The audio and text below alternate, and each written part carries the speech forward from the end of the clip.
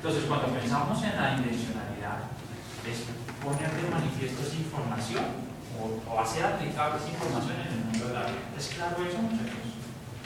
Cuando yo pienso en la intencionalidad y me toca pensar en el tema de estructuras, la intencionalidad tiene que decir que esa información que yo le di hoy al estudiante, muchacho, cuando salgas de tu clase y se vaya al mundo de la vida, entonces él puede decir, oiga, eso que me enseñaron me sirve para hacer tal cosa.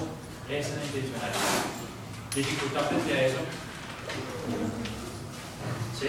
Miren que lo que vamos a hacer el día de hoy es, yo quiero que ustedes estén muy pendientes de lo que les estamos diciendo y que se vayan con su planeación este fin de semana o estos días y se piensen. Dice, oiga, ¿será que sí lo estoy haciendo bien o será que lo estoy haciendo mal? Y que salgamos del esquema de hacer tareas. ¿Sí? La planeación no es la tarea para nosotros. La planeación es la hoja de ruta para ustedes. Es su horizonte pedagógico. Es la manera como, después de que, no se lo hemos dicho, pero yo me imagino que después de que yo salgo de una clase, la intención sería revisar mi planeación, ¿no es cierto? Y pensar, ¿será que lo que yo tenía planeado lo hice hoy? A mí me gusta una definición corta y breve de lo que se entiende por pedagogía. Y alguien decía alguna vez que la pedagogía es la reflexión de mis prácticas versus la teoría. Cuando yo me siento a reflexionar sobre mi práctica versus lo que se ha escrito, se ha propuesto de otros entes, yo creo que estoy llevando a cabo ese acto pedagógico que muchas veces nosotros hablamos de unos discursos pedagógicos, pero que difícilmente llegamos a interiorizar, ¿no es cierto? Entonces ese es el primer llamado. Hoy lo que vamos a hacer es entregarles, hablarles a ustedes, entregarles ese material. Ustedes mismos se van a criticar, se van a dar garrote frente a si estoy haciendo las cosas como debo ser, o sencillamente estoy siendo activista solo por llenar papeles y entregar a la fecha. Siguiente aspecto que me llama la atención es el de los contenidos. Los contenidos, nosotros sabemos muy bien que no todas las instituciones siguen a rigor nuestra matriz, ¿no es cierto?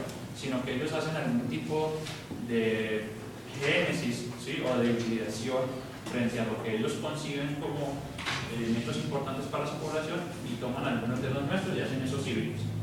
En eso somos conscientes y no vamos a entrar en polémicas frente a que ustedes tienen que llevar a rigor la matriz. ¿Sí? Lo que les decimos es, en la medida que ustedes puedan incorporar esos elementos de la matriz frente a lo que proponen los profesores, pues sea meta, ¿no es cierto? Frente a los contenidos tenemos el siguiente problema. Voy a poner un ejemplo. Llegan y me dicen, los contenidos de hoy son vistas ortogonales. Yo pregunto, si ustedes han sido formados en la parte de expresión pregráfica, el gran tema de vistas, el gran tema se llama vistas ortogonales, o se llama ¿cómo? Se llama teoría de la proyección, ¿no es cierto? Sería como el gran eje. Y dentro de la teoría de la proyección sí encontraríamos que vistas ortogonales, proyección isométrica, ¿sí?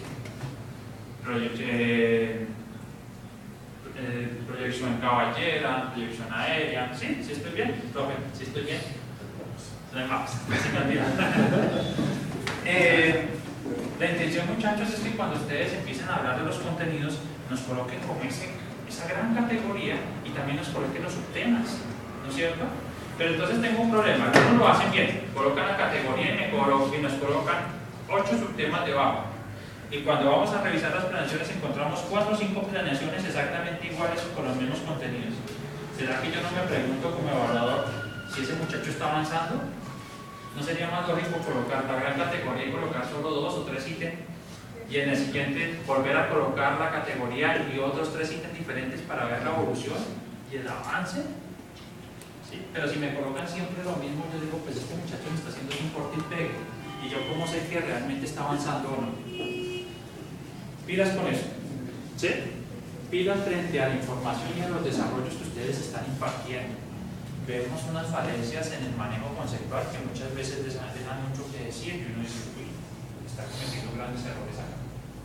Entonces, tómense la molestia de tomar sus apuntes o de tomar libros y hacer las revisiones pertinentes frente a si yo estoy orientando esos desarrollos como debe ser o por el contrario tergiversando.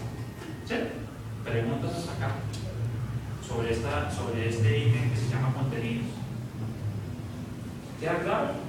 van a ser muy específicos frente a los temas que van a manejar, ¿no es cierto? Ahora, y vámonos para la organización de clase. Hay un mayor inconveniente, les estamos pidiendo que ustedes manejen unos tiempos, que proyecten unos tiempos, que también sabemos, porque también somos seres humanos y hemos estado en clase, ¿sí?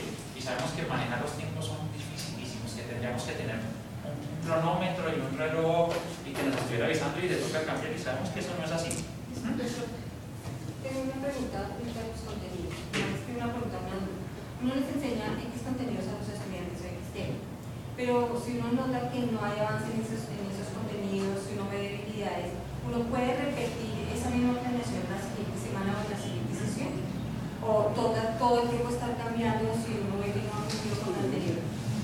Es interesante la pregunta, porque imagínate que muchas veces entonces nos quedaremos en el desarrollo de una sola temática, ¿no es cierto? No solo es ahí cuando nosotros nos la jugamos como docentes y diseñamos estrategias que no siempre se dan dentro de la clase, sino que se dejan como labor en casa, ¿sí? Para que el muchacho refuerce sus contenidos.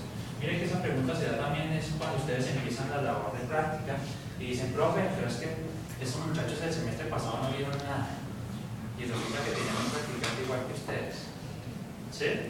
Entonces la pregunta sería, renuncio a mi tema para complementar lo que ya debían de haber visto, o más bien diseño estrategias para que ellos mismos ayuden a desarrollar esos conceptos en los cuales aparentemente tienen deficiencias. Imagínense si nos pusiéramos a hacer esa labor en todos los grados del bachillerato, imagínense si avanzaríamos. Entonces es ahí cuando nos la tenemos que jugar, ¿no es cierto? Y desarrollar ese tipo de reacciones con el fin de que ellos mismos sean gestores también del conocimiento. Sí, tenemos que responsabilizarnos de los desarrollos, pero no es solamente nosotros recalcar hasta que supuestamente entiendan, o darle herramientas para que empiecen a